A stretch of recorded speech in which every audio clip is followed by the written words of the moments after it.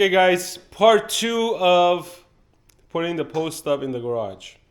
So now, today, I am going to lift up the posts with the help of my buddy, and we're gonna figure out how to get these gigantic of things off of these casters. I bought this chain hoist hooked up to my ceiling. I'm hoping it's gonna hold the weight. You know, this should weigh about, I want to say about 500 pounds, 520 pounds ish. Most of the weight's at the bottom, so I have this 2,000 pound strap hooked up to this.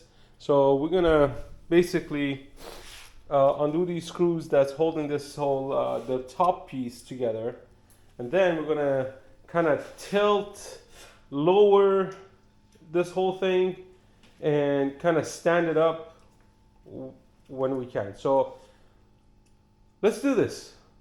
I'm kind of anxious to see how this is gonna come out. So I'm gonna take these screws off and be right back.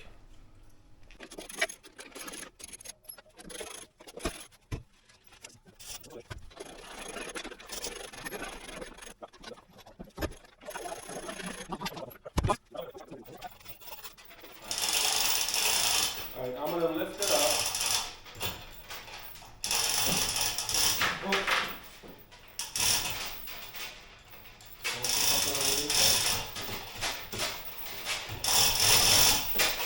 I need you to pull the bottom piece out. Ready? Yep. Go. Go. You got it? Yep. Shoot Pulling. something? Keep pulling. Keep pulling.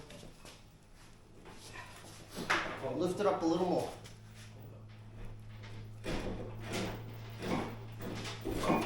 Keep it there. Keep it there. Keep it there.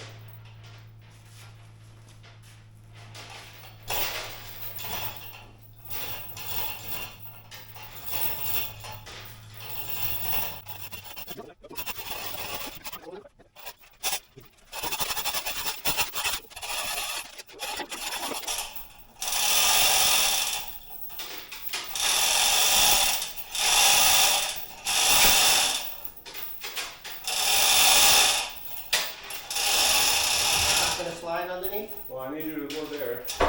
So. This is up.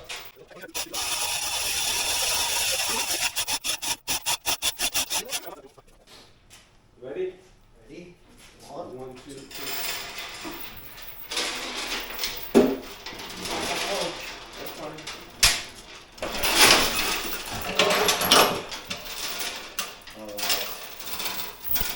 This was a lot easier than I thought. yeah. Ready to twist it? One down, guys. One down. We're good, man. Woo! Don't worry about it. It's gonna be all No, I know. Alright, you gotta go take that thing out. Oh, that was awesome. Yeah. Let's do the other one. Let's do the other one.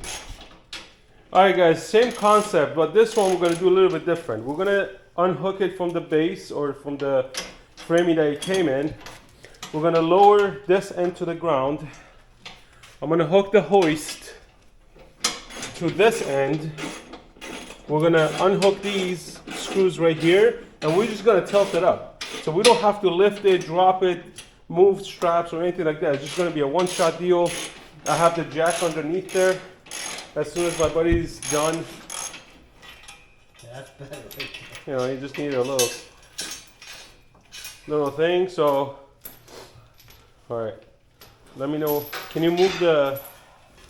Yep. Perfect. So now I'm gonna slowly lower this to the ground. What was that? What do you want to do? So that's gonna get lowered to the ground. All right. Take the jack out. Then we're gonna take the screws off of the other end. I'm gonna hook up the hook. We'll be right back to lift this up.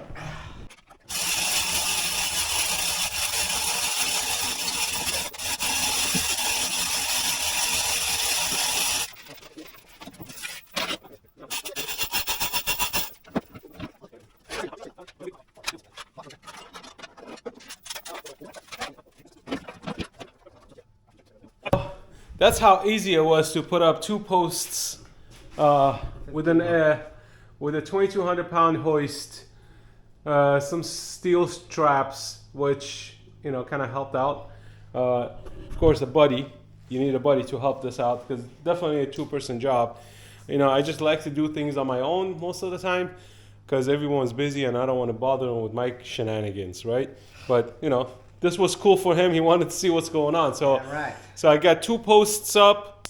Now we're gonna anchor him next. We're gonna measure, anchor, and hopefully I have a 4.5-inch slab, guys. This is the ultimate test. No 4.5-inch slab, guess what? We're cutting into the concrete, we're pouring concrete. Then we're gonna have to wait about 3 weeks for that concrete to cure. But let's anchor these babies down. But first we gotta measure, so stay tuned. Hey guys, welcome back. Day 2 of the project. So the 2-post car lift project. So I have the first one set against the wall right here. I measured from the door. The longest car that I have is about 17 feet long, which is our minivan. So I figured the back of the car would be somewhere here. So if I even have the garage door closed, I can still have room to close the garage door. So then 8.5 foot down from there, that's halfway of the car, this is where the lift is going to sit. Only because I have another 8.5 foot I need to go forward here for the car after I clean up this mess. And then I have that issue right there, which is the drop down. I have a beam going across. All these bikes are going to be moved. They're not going to be here anymore. The shoe rack might still remain. But I'm not worried about the drop down because I already know the van kind of sits a little bit higher than most of the cars that I own. So placing this here, this will be the center of where most of the cars are going to sit. And that gives me enough room in the front and in the back to raise the cars up and down. Now I already converted my garage door into a high lift garage door. The only problem I have is I have to do this one as well because this post is actually going to sit a little bit further out, basically where the second railing is of my other garage door. So I need to convert this as well into a high lift. So I need to make both of them a high lift garage door. But as I already showed you guys how that works as far as making a garage door a high lift garage door, and that's the example right there. But first thing you want to do is you want to measure a distance between here and the back. You want to come as close as possible. Not a lot of people have a square back, so you're gonna have to do a lot of measurements to align these 2 posts, right? Luckily, this lift has a base plate, as you can see. Now, the base plate can also work as the measuring guide and the square guide between the 2, right? But you still want to measure. So you want to make sure the first one is as square as it can be to the wall and to the direction that it's going to be going this way. You don't want to be off by a lot. Maybe by 1/4 inch to 1/2 inch, maybe an inch, which is not much, right? So you want to make sure you have your measurements. So measure twice, 3 times, 4 times, 5 times before you drill the first hole. So I'm going to be drilling my first hole and crossing my finger. I did a test drill in a section of the garage floor to see if I have 4.5 inches of depth, and I do. But then again, I don't know how this concrete slab was laid. So I am crossing my fingers that I have enough depth at all the areas across the post that I'm going to be drilling the hole between the two, so I don't have to cut into this concrete and pour fresh concrete. Now, after we drill the hole, we're going to put in the bolts and the anchor bolts, and you get spacers, right? Some of them say you need to put the spacers in first and then tie it down, which is true. But you don't need to have the spacers in there when you are drilling the hole.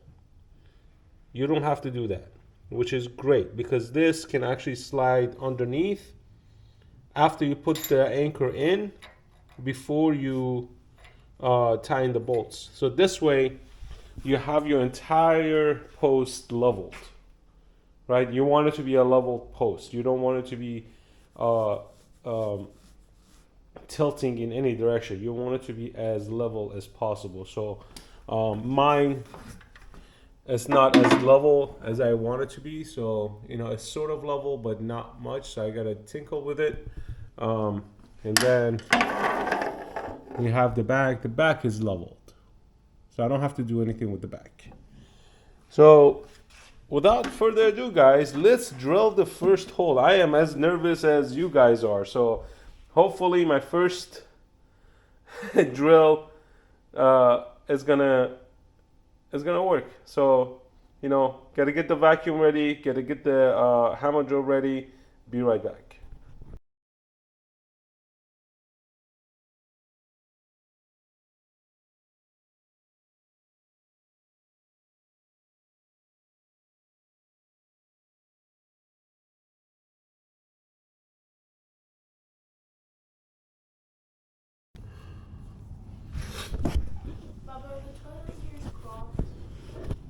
I am dizzy.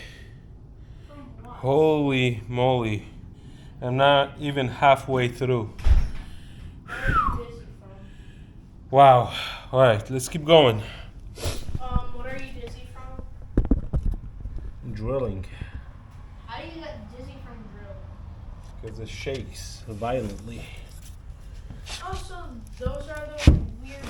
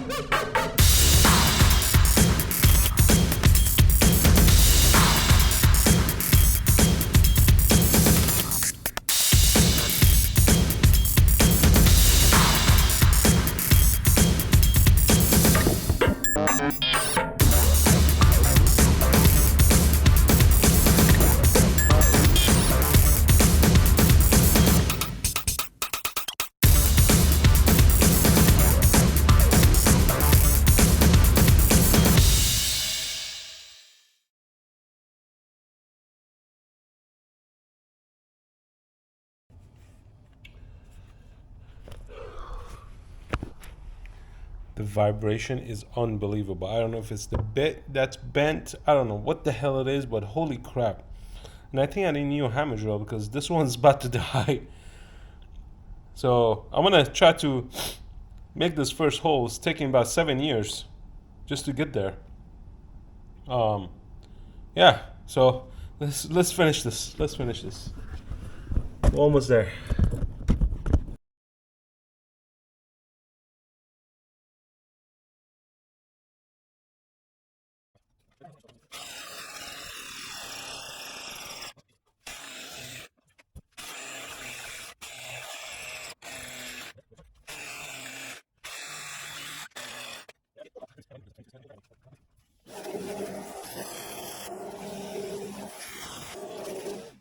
All right, this is 1 1/8. We're gonna just slightly put this in, but then since this shifted, I'm gonna have to remeasure, make sure everything's aligned before I go and dig a hole for the other one. So I'm not gonna bother you guys with digging the hole for the other one. I'm gonna go drill and then come right back. So yesterday I was drilling the hole for my post, and I'm using this old handle drill that I have from Black & Decker, 6 amp, 0 to 900 RPM. So it took me about 30 minutes just to drill this hole, and that's not a feasible process for me. So I am going to try this Boyer or Boyer, however you pronounce this thing. It's a 10 amp, 3900 BPM, 1 1/8 SDS Variable Speed Pro rotary hammer kit. So let's open this thing. Let's see what's inside. Alright guys, so I took it out of the box. It's very simple, nothing crazy.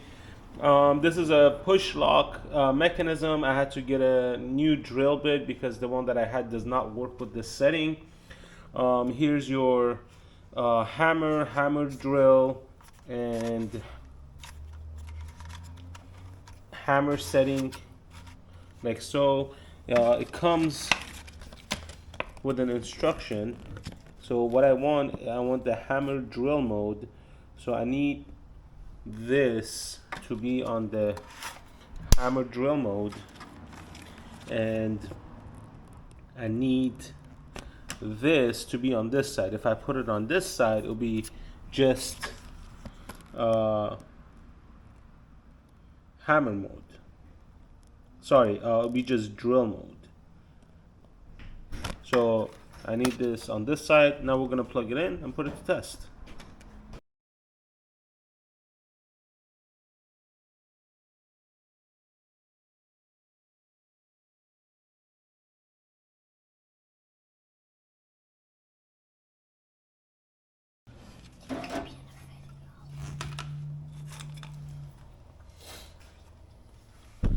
Alright, so this fell off. This is for the depth stick right here, so you could set up the depth stick. I didn't do it. I put a tape on the thing. That's how I want to measure it. But almost no effort. I went from 30 minutes to almost 3 minutes. That is impressive. Impressive. That drill bit was about 40 bucks from Home Depot. This was about 89 bucks. I had a coupon for Harbor Freight, and it did its job. I put almost no effort into this hole. Absolutely zero efforts. Amazing. Just amazing. And, you know, this probably going to last me a lifetime now. So, because I may be doing some other project. It's also, you know, if you want to remove tiles or anything like that, it will actually work if you put it in the hammer mode. So, but that drill bit, amazing. 40 bucks, well worth the money. All right, guys, so this is in. What we're gonna do, we're gonna tighten this up at 130 pounds foot of torque. So this is gonna be a fun part. And as you can see, I did make the second hole. So the first thing you want to do, you want to make 2 holes. This on the opposite side, diagonal, only because once you make these 2 holes, this thing will not move anymore when you start doing your other holes. So you want to tighten these down. This is where you start to see if you need to make any adjustments, if you need to lift it or not. It should be level, but you know what? Double and triple check your work before you fully finish your job. All right, so let's tighten this up and we'll go from there.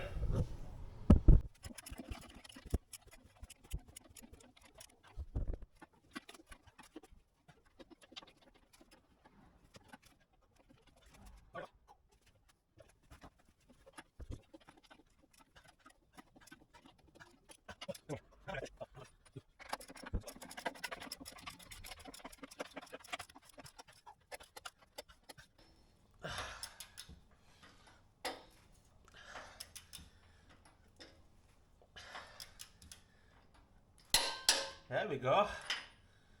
That's 130. Let's see if I could make this one.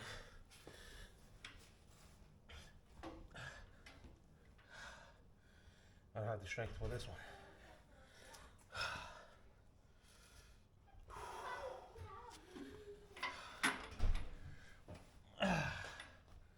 Can't do it. I don't have the strength for this one. I'll come back to it. But let's just make sure it's leveled. And all right, this is leveled. And perfect level in the back. All right, I'm gonna make the rest of the holes, put the bolts in, and come back and do the other side. All right, guys. So I'm done. Posts are up. I haven't done the tracks yet, but they are screwed in. Finally. And that was backbreaking. But what I used to save some energy, torque wrench. Impact wrench, sorry. Impact wrench. This thing saved me a lot of time and a lot of my energy. So now we're gonna go to step 60,005 to, let's see, where are we at? Where are we at? All right, it's step 6. We are at step 6 actually. So, oh no. Oh crap.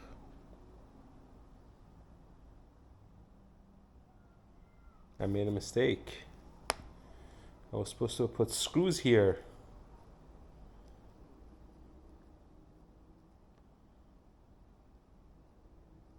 Oh no. I'll figure it out. No big deal. Alright, power unit. We're gonna go there.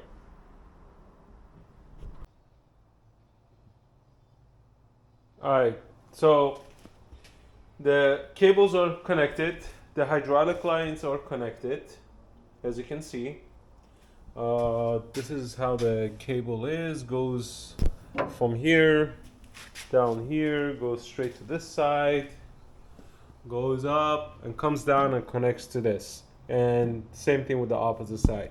We've got a hydraulic line going out from here to here to this connector, goes into the hydraulic chamber. So this is where all the fluid is. So we got to get hydraulic fluid, fill this up.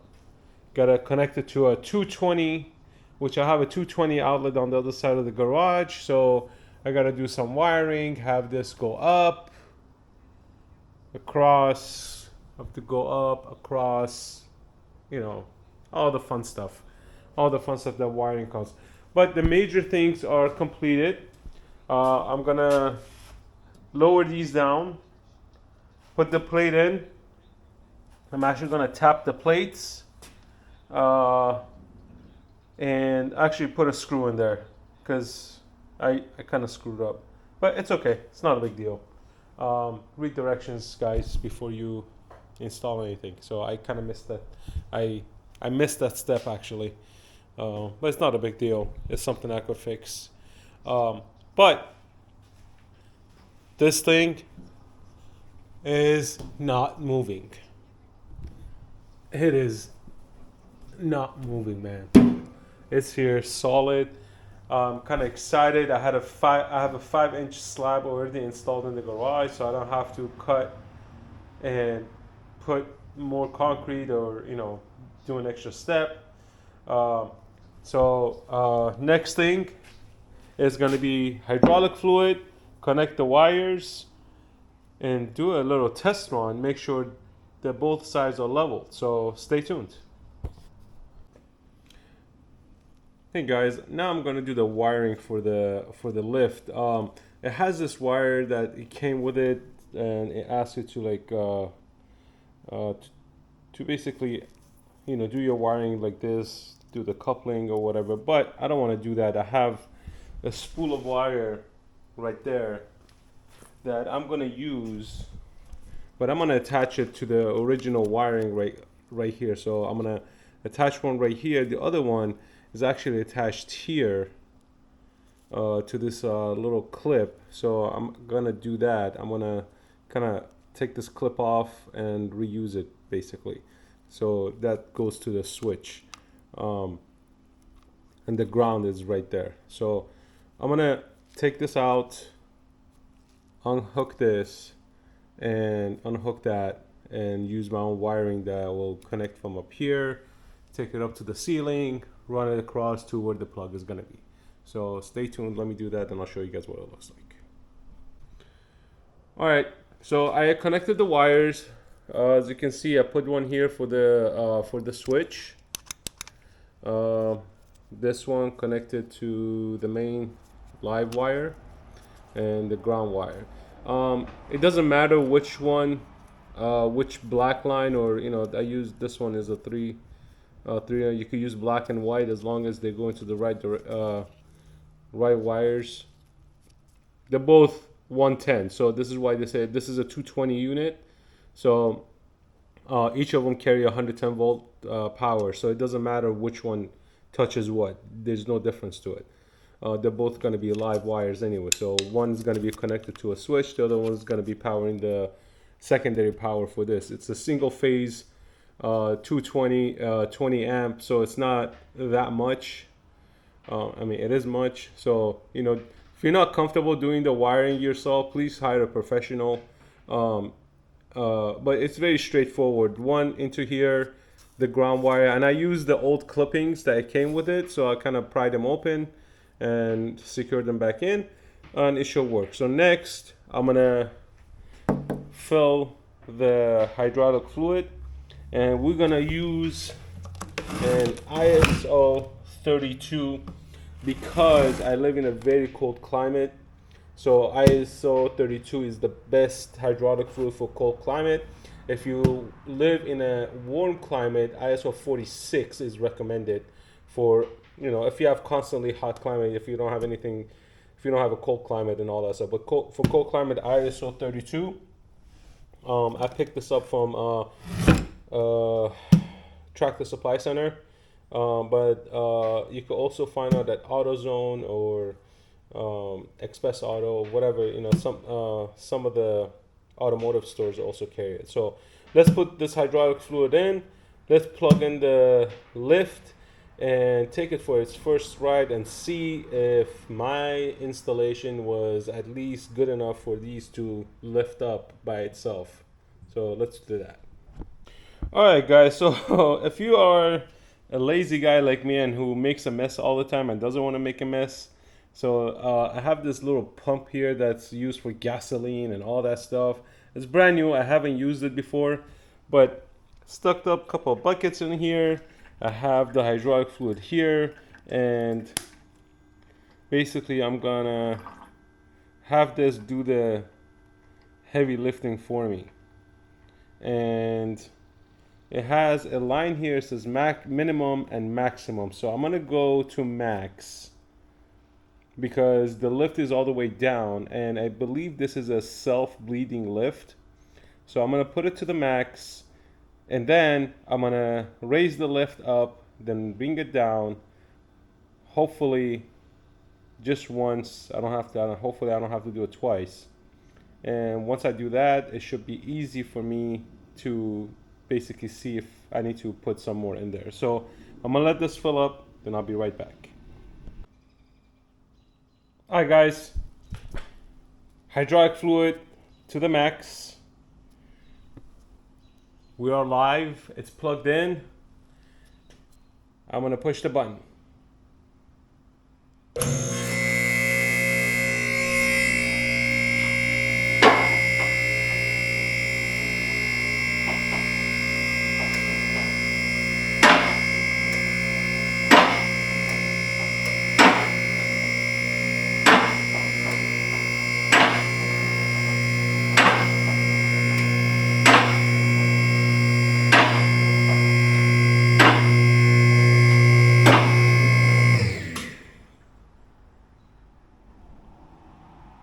So if you hear it, it's going clack clack, clack clack. This one is this one is going later after this one, which means I need to raise this one up just a tad bit, not much, just a little bit. Let's hear it again.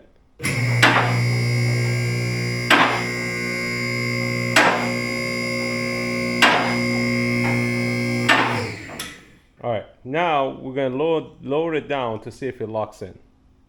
And by lowering down, you're gonna push this. It's gonna be very slow because there's no weight on this thing.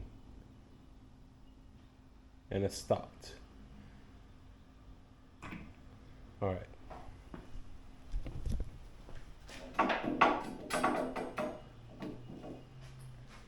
And there it is. Now, let's try it out and lift something with it, right? We're gonna put a card on this thing and lift it up.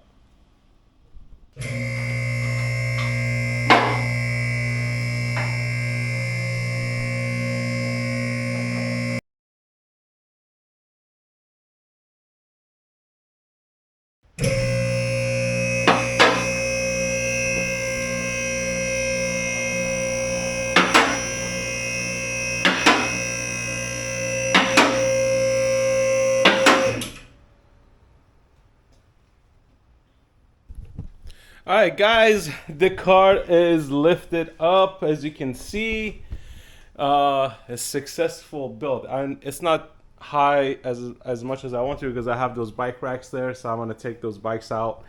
I just wanted to test it out, make sure this thing's it's not gonna come down crashing.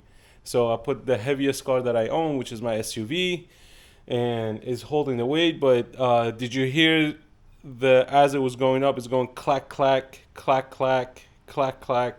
So it's still off as far as the balancing goes. So I am gonna adjust that by, here I'm gonna show you guys, by tightening and loosening these tension rods right here. The other one's right there. I don't know if you can see it or not. So I'm gonna make that adjustment while the car is here. So this way, when the lift goes up, one side doesn't go up faster than the other side. I want both sides to go up at the same time because it just makes me freaking nervous because one side lifts up and the other side comes down. Just slightly tilts the car, and I don't feel comfortable doing that. And it's raining outside, it's wet, and I may actually wait for the weather to dry up and for the area to dry before I do this again because I don't want the car to slip. This is just me. I'm a nervous wreck when it comes down to these things. I don't want my car to fall on me. But one thing I like to point out is definitely check your connection, your hydraulic line connections for leaks. Make sure, double check, triple check, make sure you don't have any hydraulic fluid leaking from any of the connections that you have. That is very, very important. Any small leak can cause slight crash of a car. So, but yeah, this is the build. I finally got it done. The car is lifted up. I'm very happy to where I got it as far as the measurement goes, everything goes, because this way I could actually have my hood open while the car goes up, and it's not going to interfere with that I-beam going across the garage. So that's going to actually be perfect where do your measurements. That's what I'm trying to say. Make sure you measure, double check, triple check, quadruple check before you put the first hole into the ground. Now, recommendation, if again you don't feel comfortable doing this on your own, please advise with a professional or have a professional installers do this for you. But if you feel comfortable doing it, if you have enough concrete depth, it's easy to do. To me, not for everybody else, but frankly, it's been made very easy to manage and do on your own. I will put the link of all the things I used for this install in the description. And what I like from you guys is hit the like button and subscribe. If you haven't subscribed to this channel, please subscribe to the channel. This is not a sponsored video. I paid for this, again, out of my own pocket. I was not sponsored by the manufacturer or the seller of this lift. RTD at race RDT, I believe, or RTD, I don't know. Racing Division something, I believe is their name. But you know, they are very professional. I spoke with them over the phone. I will put a link to their website in the description. I will also tag them on this video. Very helpful. I called them with questions. They were very helpful as far as with the questions I had. Which type of lift should I pick for my need, and the differences between the different lifts that they sell. As you saw, I had to go pick up the lift because they do not deliver to residential areas. So this is a freight pickup. So if you need to order this and pick it up, you need to have a trailer to pick it up. Unless you own a business and you have a forklift, then it'll be delivered to your location. Other than that, it took me about, I want to say, good 6 hours, 6 to 8 hours to do the whole install.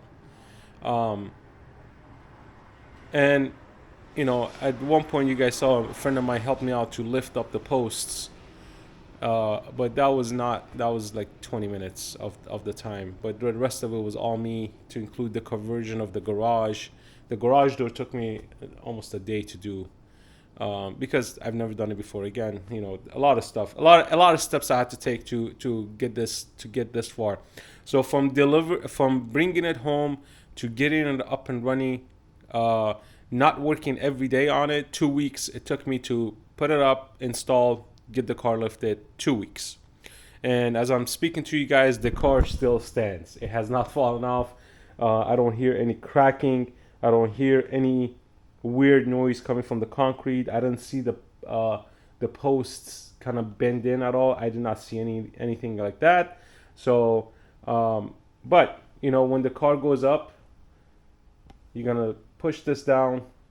This is where the part that gets me nervous, because the car starts to see how it bounced, because the things are not balanced that much. I don't like that. So I'm gonna fix that. This side, on the left side, locked in first, then the right side, the driver's side, locked in later. So which means this side is higher. This side is lower than the other side. So I need to either lower that side or raise this side. So actually I'm gonna lower that side because this side is already low enough. I don't need to raise it. I like it as low as possible, so maybe I could fit my Corvette on there without putting it on some race ramps. Anyways, guys, let me know what you think. Leave your comments down below. Again, if you're not subscribed to the channel, please subscribe to the channel. Please hit the like button, and if you care to share it with a friend, share it with a friend. Peace out.